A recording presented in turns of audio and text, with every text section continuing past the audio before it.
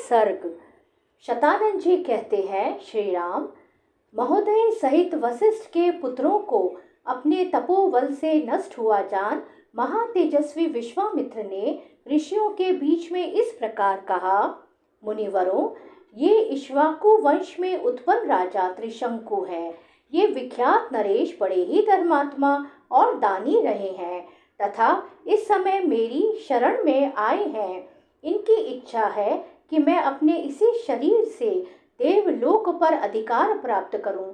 अतः आप लोग मेरे साथ रहकर ऐसे यज्ञ का अनुष्ठान करें जिससे इन्हें इस शरीर से ही देवलोक की प्राप्ति हो सके। विश्वामित्र जी की यह बात सुनकर धर्म को जानने वाले सभी महर्षियों ने सहसा एकत्र होकर आपस में धर्मयुक्त परामर्श किया। ब्राह्मणों, कुशिक के पुत्र विश्वामित्र मुनि बड़े क्रोधी हैं।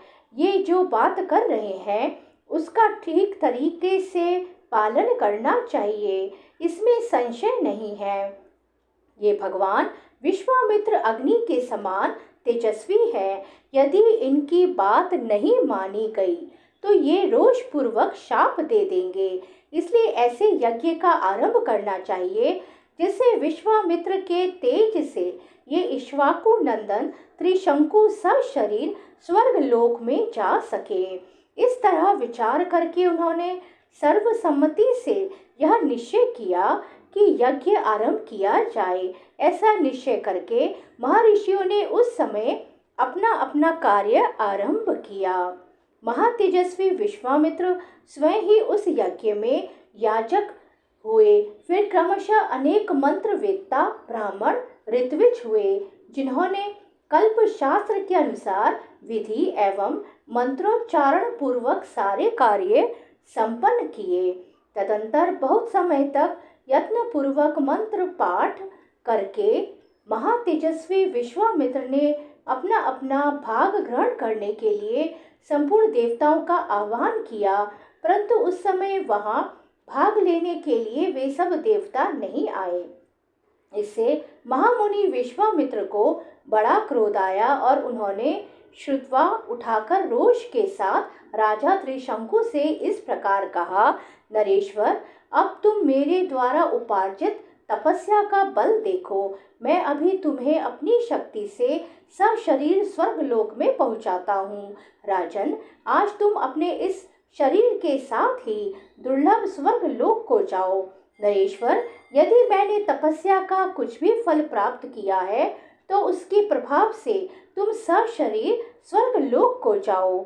श्री राम, विश्वामित्र मुनि के इतना कहते ही राजा त्रिशंकु सब मुनियों के देखते देखते उस समय अपने शरीर के साथ ही स्वर्ग लोक को चले गए। त्रिशंकु को स्वर्ग लोक में पहुंचा देख समस्त देवताओं के साथ पाक शासन इंद्र ने उनसे इस प्रकार कहा। मूर्ख त्रिशंकु, तू फिर यहाँ से लौट जा। तेरे लिए स्वर्ग में स्थान नहीं है। तू गुरु के शाप से नष्ट हो चुका है। अतः नीचे मुंह किए पुनः पृथ्वी पर गिर जा। इंद्र के इतना कहते ही राजा त्रिशंकु तपोधन विश्वामित्र को पुकार कर त्राही त्राही की रट लगाते हुए पुनः स्वर्ग से नीचे गिरे। चीखते चिल्लाते हुए त्रिशंकु की वह करुण पुकार सुनकर कौशिक मुनि को बड़ा क्रोध हुआ। वे त्रिशंकु से बोले, राजन, वहीं ठहर जा, वहीं ठहर जा। उनके ऐसा कहने पर त्रिशंकु बीच में ही लटके रह गए।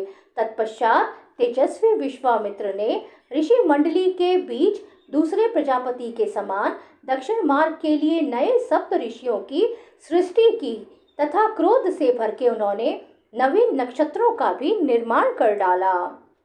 वे महायशस्वी मुनि क्रोध से कलुषित हो दक्षिण दिशा में ऋषि मंडली के बीच नूतन नक्षत्र मालाओं की सृष्टि करके यह विचार करने लगे कि मैं दूसरे इंद्र की सृष्टि करूंगा अथवा मेरे द्वारा रचित स्वर्ग लोक बिना इंद्र के ही रहेगा। ऐसे निश्चय करके उन्होंने क्रोध पूर्वक नूतन देवताओं की सृष्टि प्रारंभ की। इससे समस्त देवता, असुर और ऋषि समुदाय बहुत घबराए और सभी वहां आकर महात्मा विश्वामित्र से विनय पूर्वक बोले, महाभाग, ये राजा त्रिशंकु गुरु के शाप से अपना पुण्य नष्ट करके चांडाल हो गए हैं। अतः तपोधन ये सशरीर स्वर्ग में जाने के कदापि अधिकारी नहीं है। उन देवताओं की यह बात सुनकर मुनिवर कौशिक ने संपूर्ण देवताओं से परमोत्कृष्ट वचन कहा, देवगण, आपका कल्याण हो। मैंने राजा त्रिशंकु को सदैव स्वर्ग भेजने की प्रतिज्ञा कर ली है, अतः उसे मैं झूठी नहीं कर सकता। इन महाराज त्रिशंकु को सदा स्वर्ग लोक का सुख प्राप्त होता रहे। मैंने जिन नक्षत्रों का निर्माण किया है वे सब सदा मौजूद रहे।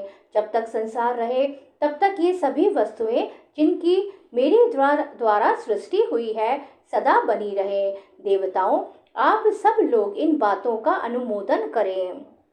उनके ऐसा कहने पर सब देवता मुनिवर विश्वामित्र से बोले, महर्षि, ऐसा ही हो, ये सभी वस्तुएं बनी रहे और आपका कल्याण हो। मुनि श्रेष्ठ, आपके रचे हुए अनेक नक्षत्र आकाश में वैश्वानर पथ से बाहर प्रकाशित होंगे और उन्हीं ज्योतिर्मय नक्षत्रों के बीच में सिर नीचा किए त्रिशंकु भी प्रकाशमान रहेंगे। वह इनकी स्थिति देवताओं के समान होगी और ये सभी नक्षत्र इन कृतार्थ एवं यशस्वी नृपश्रेष्ठ का स्वर्गीय पुरुष की भांति अनुसरण करते रहेंगे।